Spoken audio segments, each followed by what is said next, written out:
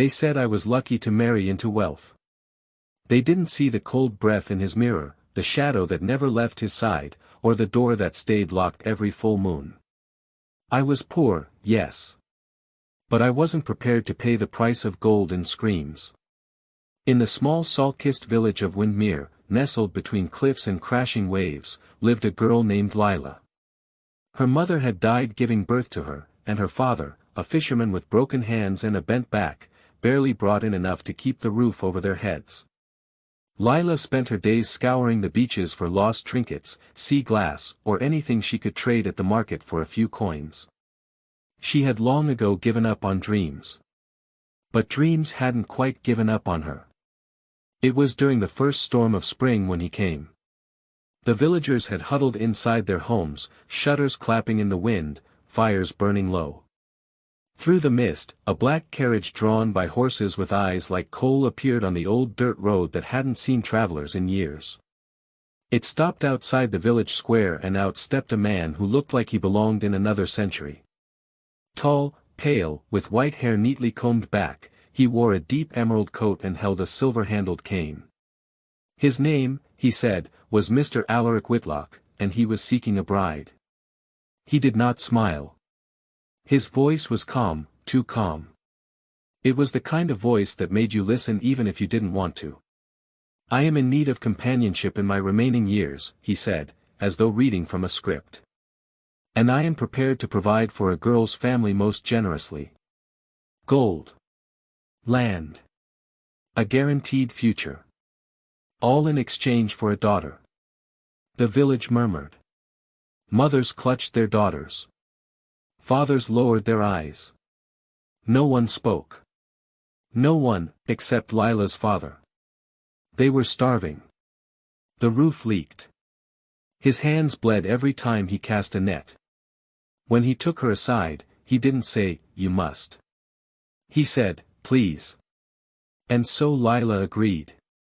Not for love. Not for curiosity. For survival.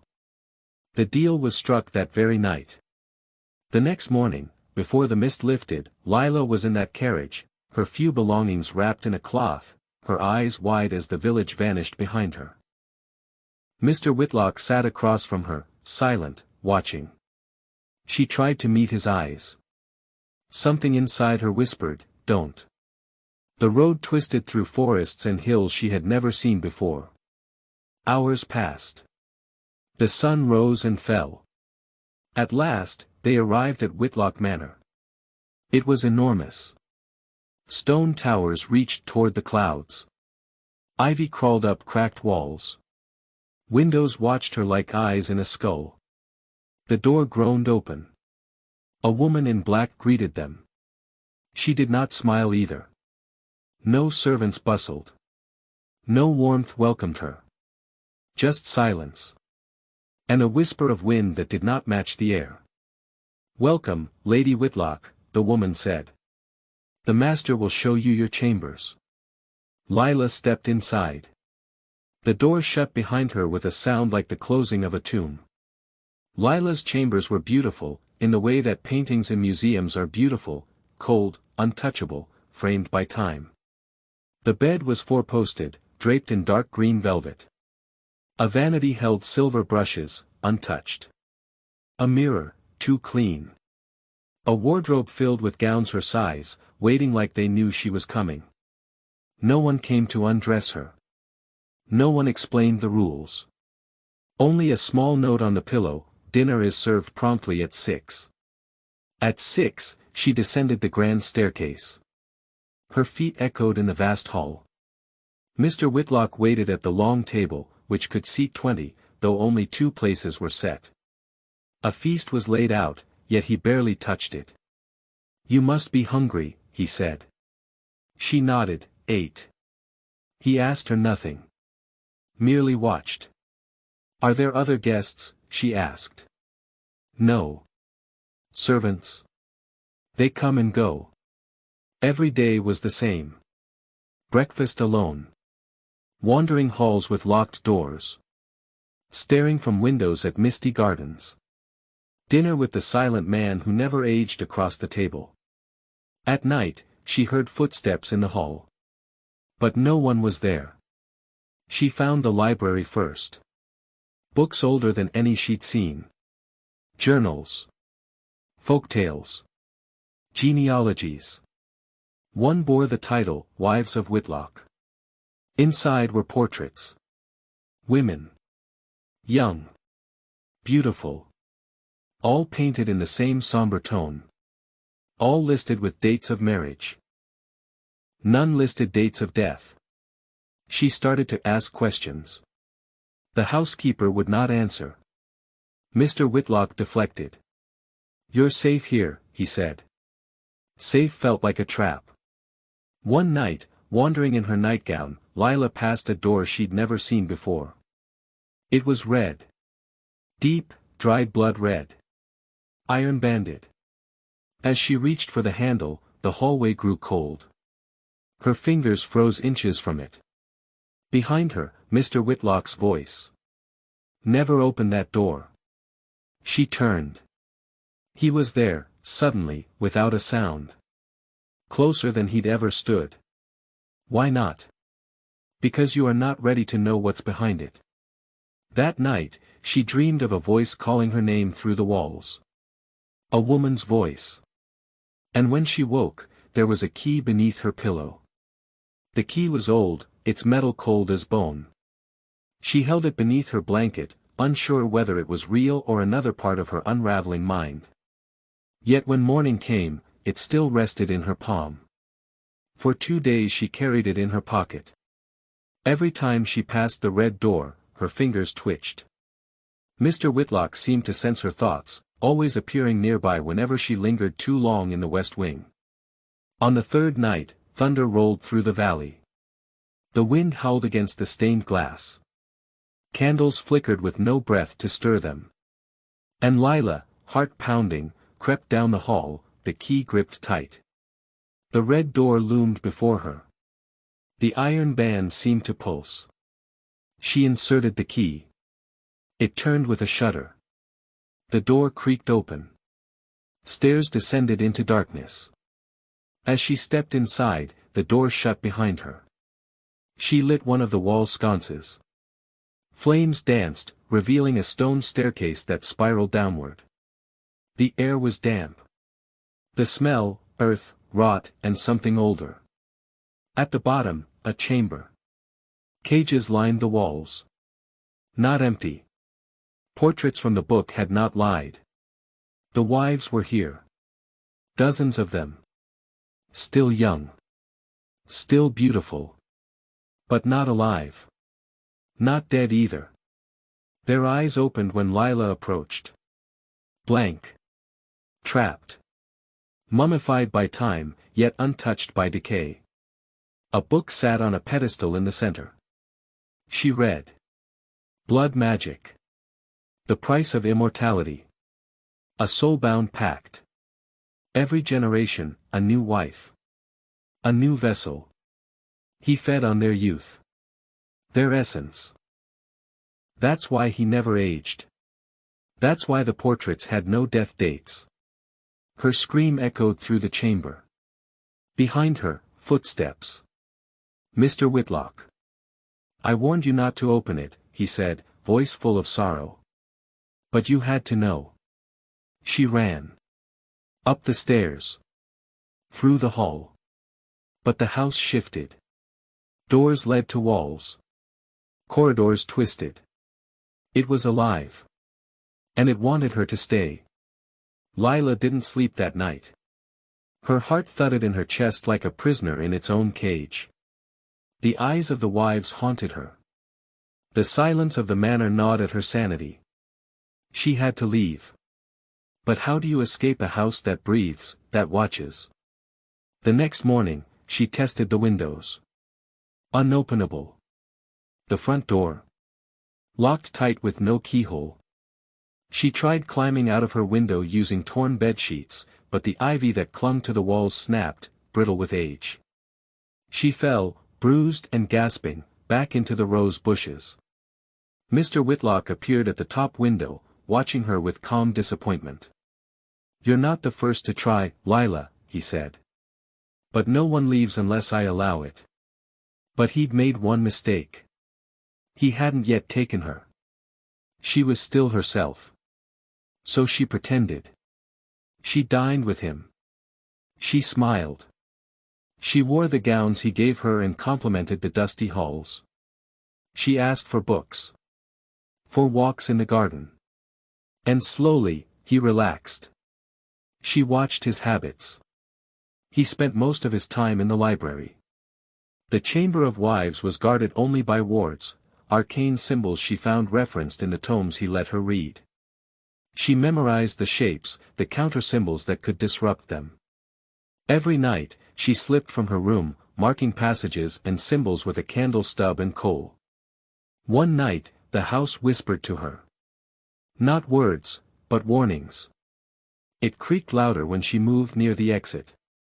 It groaned when she touched the red door again. I don't belong to you, she whispered to it. It hissed in response. She found an old map behind a loose brick in the study.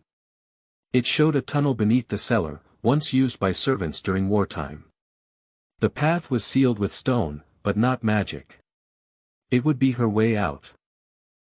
She returned to the chamber one final time. The wives stirred as she crossed the threshold. This time, she did not flinch. She placed her hand on the book and whispered, I free you. She scratched the counter runes into the stone. As they took form, the air screamed. The wives blinked. Their eyes, once empty, filled with tears. The manor roared. Mr. Whitlock appeared, fury painting his face for the first time. You ungrateful girl. You don't know what I've sacrificed. I know exactly what you've stolen. He lunged. She ducked. The tunnel was behind the crumbling wall. She shattered it with the fireplace poker, her hands bleeding. As the bricks tumbled down, a gust of air hit her face. Freedom. She crawled into the blackness. Whitlock's scream echoed behind her, inhuman and full of age. She ran. Crawled. Fell. Climbed. Until at last, the tunnel opened to light. To dawn. She emerged in the woods. Alone. Alive. The manor burned behind her. Not with flames, but with silence. As if the house, robbed of its master, had finally decided to sleep. She didn't look back. She just kept walking. Freedom was not what Lila thought it would be. The woods welcomed her with silence, but it was a strange silence, watchful, strained. The wind whispered in languages her ears couldn't understand. Every rustle made her flinch. Every snapped twig behind her sent her heart racing. Though Whitlock Manor lay far behind, a part of it clung to her like smoke on skin. She walked for hours, days, maybe, losing track of time. Hunger gnawed at her belly. Thirst made her lips crack. But she didn't stop. Eventually, she found a road. Then a traveler's cart. An old woman offered her water and bread in exchange for help mending broken wheels.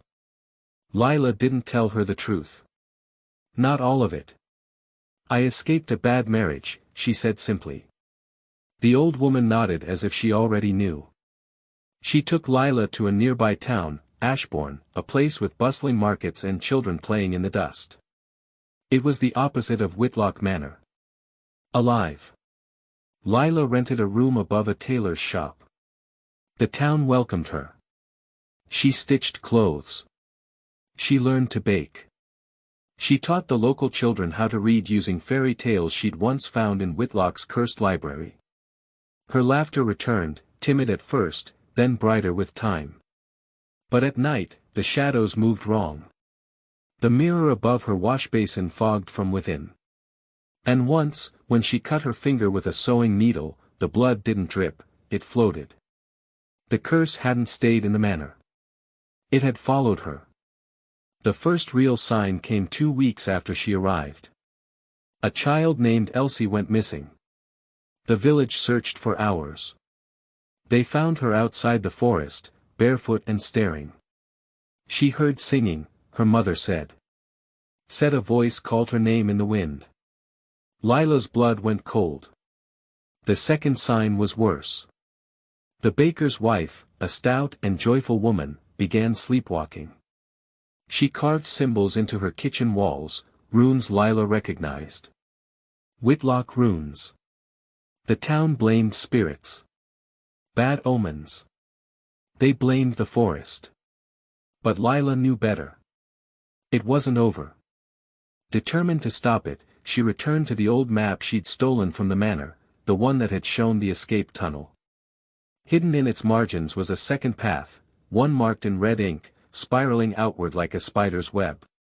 It led to 3 circles, points of power, drawn far from the manor, scattered across the region. One was under Ashbourne. One was near Windmere. And the last was unnamed, deep in the mountains. Whitlock hadn't just been feeding on his wives. He had been feeding from the land. And now that she had broken the source, the curse was trying to root itself again. She couldn't let that happen. So Lila packed a bag, left a letter for the townspeople, and began to travel. She became a myth in her own right, the girl with the ash eyes, some called her. A wandering woman with ancient runes burned into her palms and a voice that could break enchantments. She destroyed the first circle by carving a new sigil into the earth with her blood. The land quaked. The sky cried. But afterward, crops grew greener. The air smelled cleaner. She traveled to Windmere next. Her village. It was empty. A hush had taken it. Not death, but pause. The people were alive, frozen in sleep. As if waiting for something to wake them, or finish them. She walked through streets she once knew, past the shack where she was born. Her father's fishing boat was still docked, rocking in water that didn't ripple.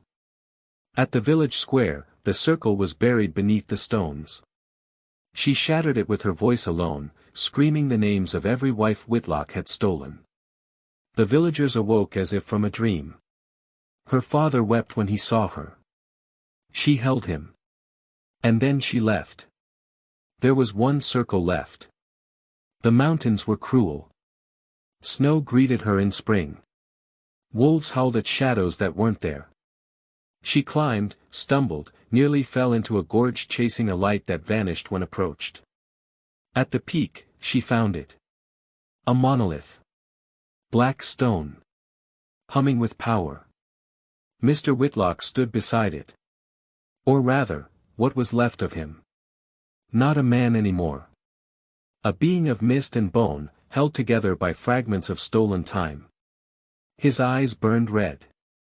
You ruined everything, he rasped.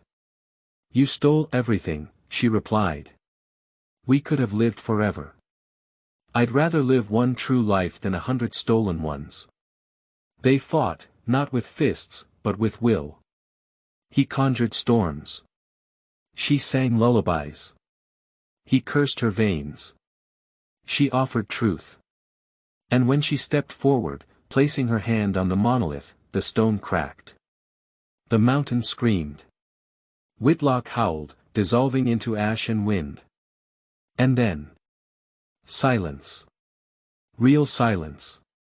Lila never returned to the world fully. She lived in a cabin near the lake, where birds sang strange songs and the stars were clearer than ever before. Some say she still wanders, tending to broken things. Some say she vanished with the last light of the curse. But the villages she touched no longer forget. They write her name on stones. They teach their daughters the songs she left behind. And on the coldest nights, when the wind howls and mirrors fog from within, mothers whisper to their children. She's watching. And she won't let the darkness win again.